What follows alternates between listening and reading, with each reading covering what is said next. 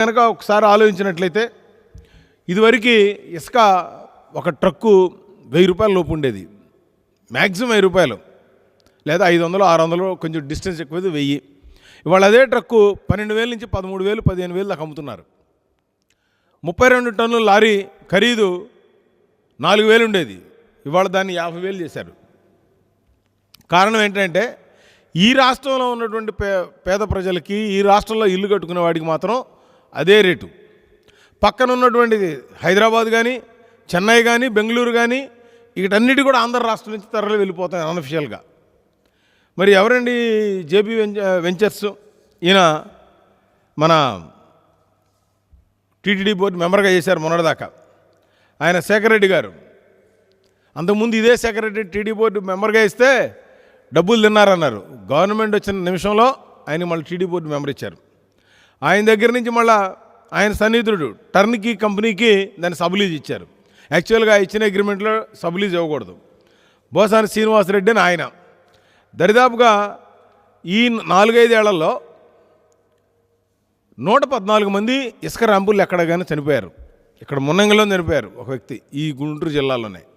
అన్ని జిల్లాల్లో కలిపి 114 మంది.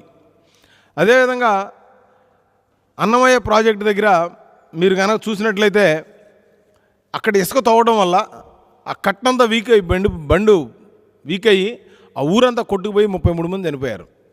అంటే ఈ రోజున ఈ రాష్ట్రంలో ఈ జరిగే హత్యలన్నిటికీ కూడా జగన్మోహన్ రెడ్డే కారణం. దీనికి జగన్మోహన్ రెడ్డి బాధ్యత వహించాల్సిన అవసరం ఉంది. అన్నిటికంటే ముఖ్యంగా ఈ ఇసుక లేదా మైన్స్ కానీ ఏదైతే ఈ ప్రభుత్వం కనుక మనం వెంటనే పంపించకపోతే రేపు రాబో కాలంలో ఈ రాష్ట్రంలో ఉండటానికి కూడా ఎవరు ఉండే పరిస్థితి లేదు.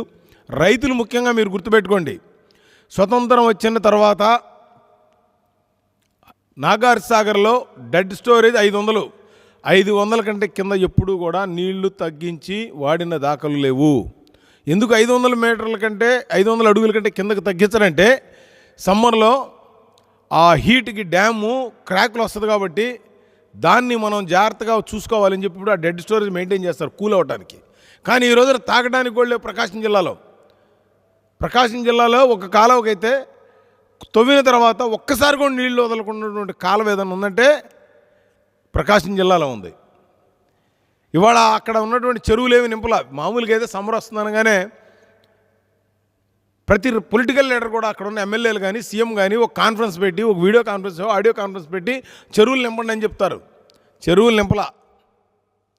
అదేవిధంగా కాలువలు వదల్లా. రైతులకి పొలాలకు నీళ్ళు లేవు, తాగడానికి నీళ్ళు లేవు, పశువులకు లేవు.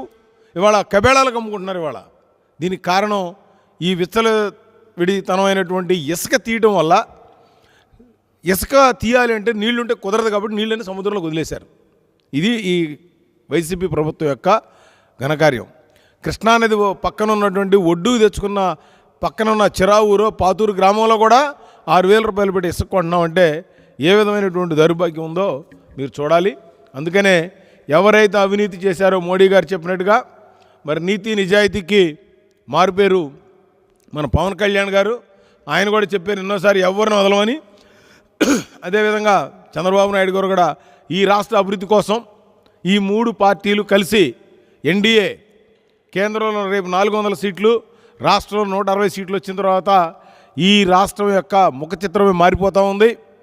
మీరు చూసిన తర్వాత ఇటువంటి బ్రహ్మ విష్ణు మహేశ్వరులు కలిస్తే ఏ విధమైనటువంటి ఒక శక్తి ఏర్పడుతుందో అటువంటి ఈ శక్తి ద్వారా ఇటువంటి అరాచక పాలనకి ఈ యొక్క పంచభూతాలను తిన్నటువంటి ఈ యొక్క జగన్మోహన్ రెడ్డిని ఇంటికి పంపించి వాళ్ళ అనుచరులు అనేటువంటి మిథున్ రెడ్డి అవ్వచ్చు, పెద్దిరెడ్డి అవ్వచ్చు, వీళ్ళందరూ కూడా డబ్బులు సంపాదించి ఏం చేయాలో తెలియక ఆ డబ్బుల్ని ఎలా ఖర్చు పెట్టాలో కూడా తెలియనటువంటి పరిస్థితులు వాళ్ళు ఉన్నారు.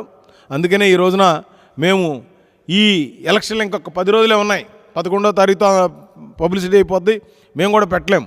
అందుకని ఈ రోజున మీరు ఎందుకు ఇబ్బంది పడుతున్నారు, మీకు ఎందుకు జీవనోపాధి లేదు. ఇదివరకు ఒక టాపీ మేస్త్రికి 2,000 రూపాయలు ఉండేది, 2014 నుంచి 19 వరకు కూలీ, ఇవాళ 1000 రూపాయలకు వచ్చింది అది. అదేవిధంగా టాపీ కింద ఉండే అసిస్టెంట్కి 1000 రూపాయలు ఉండేది, ఇవాళ 500కి వచ్చింది. ఎలక్ట్రికల్ వర్కర్లకు పని లేదు, బాత్రూములు ఫిట్ చేసే ప్లంబింగ్ వర్కర్లకు పని లేదు, ఫ్లోరింగ్ వేసే వాళ్ళకి గ్రానైట్ వర్కర్లకు పని లేదు. ఇక్కడ అన్నీ క్లోజ్ అయిపోయినాయి దుకాణాలన్నీ. మళ్ళీ ఇవన్నీ కూడా బ్రహ్మాండంగా రావాలంటే ఈ 3 పార్టీల ఆవశ్యకత ఉంది. మరి తప్పకుండా మేము చెప్పిన ఈ విషయాలను గుర్తుపెట్టుకొని ప్రజలందరూ కూడా రేపు 13వ తారీఖున మరలా ఈ యొక్క అరాచక అవినీతి దుర్మార్గమైనటువంటి ఈ ప్రభుత్వాన్ని సాగనంపాలని కోరుకుంటూ మేము సెలవు తీసుకుంటాం.